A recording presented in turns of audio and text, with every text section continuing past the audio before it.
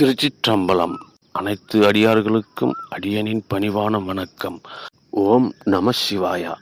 இந்த ஐயா லட்சுமண சித்தர். இந்த ஆலயம் விழுப்புரம் மாவட்டம் வானூர் வட்டம் புத்துப்பட்டு கிராமம். ஐயனாரப்பன் ஐயன் ஆலயத்தின் பின்புறமாக கழுவெளிக்கு செல்லும் பாதையில் லட்சுமண சித்தர் ஜீவசமாதி அமர்ந்துள்ளது. ஐயாவின் ஜீவசமாதியில் ஐயாவின் திருவுருவத்தோடு லிங்க வடிவில் காட்சி கொடுத்து கொண்டிருக்கிறார்.